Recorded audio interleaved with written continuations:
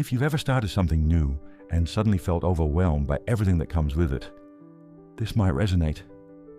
A woman I've known for quite some time recently started her own business. We had a short session together to talk about how things were going, and it quickly became clear that it was giving her more stress than she had anticipated. Which honestly isn't all that surprising. Starting something for yourself for the very first time brings an incredible amount of newness.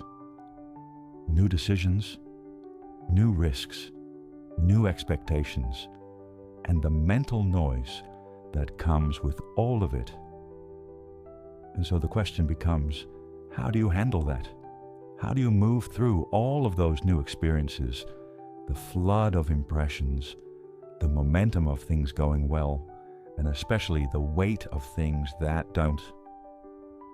Most of us are familiar with the idea of flow. Personally, I remember it best from when I used to run. I knew that after 4 or 5 minutes, something would shift. Up until that point, the run wasn't hard, but still required attention. My breathing, my rhythm, my pace. My body wasn't resisting, but it hadn't joined in yet either. And then, almost suddenly, I would slip into that state where everything aligned. The moment where it all starts to carry itself. My body would give into the rhythm. And from that point forward, it no longer mattered whether I was running 5, 10, or even 20 kilometers. I was in flow. And every serious athlete knows this phenomenon, not as a luxury, but as something essential. If you begin to treat entrepreneurship, or even something like starting a new job, as a form of top-level sport, then flow becomes more than just a nice feeling. It becomes a necessary part of how you survive and thrive. And that's where the phrase, go with the flow, actually becomes useful again. Because going with the flow doesn't mean drifting aimlessly. It means moving with ease through whatever shows up on your path. If you find yourself climbing uphill, you just keep running. If something unexpected lies across the road, you move around it without drama. If it starts to rain or even storm, you don't tense up. You just keep going. Not because you're pushing for a specific outcome or desperately trying to hit a goal, but because you've stopped living in the future altogether. In flow, you're no longer defined by the destination. It still lives in the back of your mind, but it's no longer screaming for attention. You're in the moment, fully. And the beautiful part is, when you're in that space, everything seems lighter. The distractions don't stick. A car cuts you off? No problem. You sidestep and keep going. No anger, no resistance.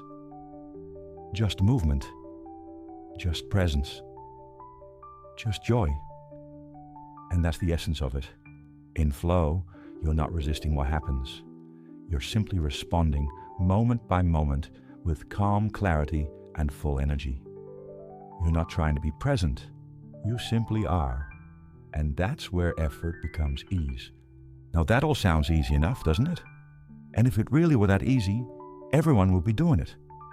All of us would be walking around in a permanent state of flow, moving gracefully through life without friction.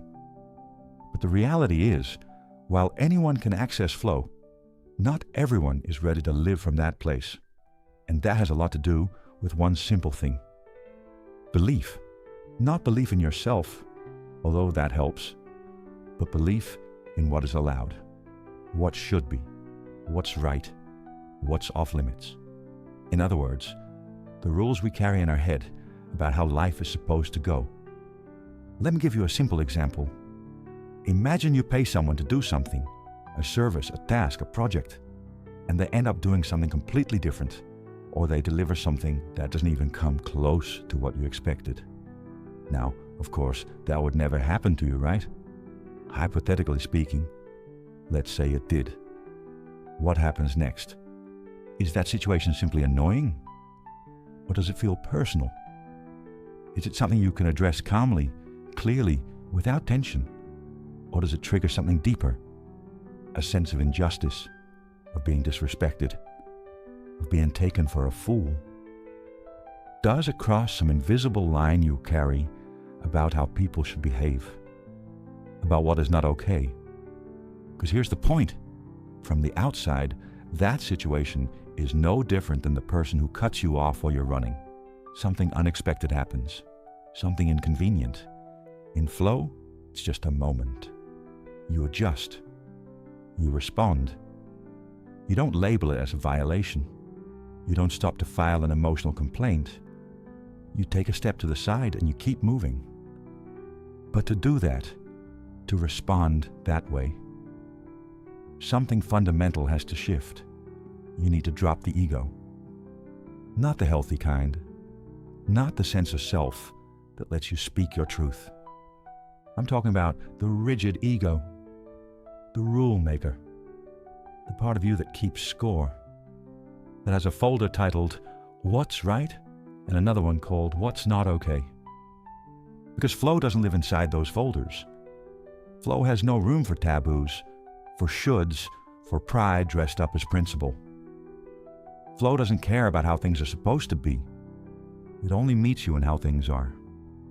So the moment you shift from resisting what's happening to accepting it, not in a passive way, but in a deeply aware, non-attached way, you open the door back to flow. Not because you've given up, but because you've let go of what was blocking you. The idea that life needs to follow your script in order for you to be okay. So how do you actually do that? Do you first try to enter flow, hoping that it will melt away your ego and all those self-imposed, this is how it should be rules? Or do you start by letting go of the rules first, trusting that flow will follow? The answer is both. It's a two-way street. But for most people, the more accessible entry point is this. Begin by unraveling the things that irritate you on a daily basis. Pay attention to the small frustrations, the people who get under your skin, the situations that feel unfair, the moments that spike your stress. Behind almost all of them, you'll find a hidden rule, a silent should, a mental line that's been drawn somewhere, usually by you. Even if you never fully access flow, simply identifying these rules can free up a surprising amount of energy. Because most of them, and I say this with love, are nonsense. Not kind of nonsense. Not halfway valid. Complete, unfiltered, unnecessary nonsense. They were invented, usually long ago, and they have been draining you ever since. Why let them go? Because life is heavy enough without carrying around made-up standards for how other people should behave and how the world should operate just to keep you comfortable.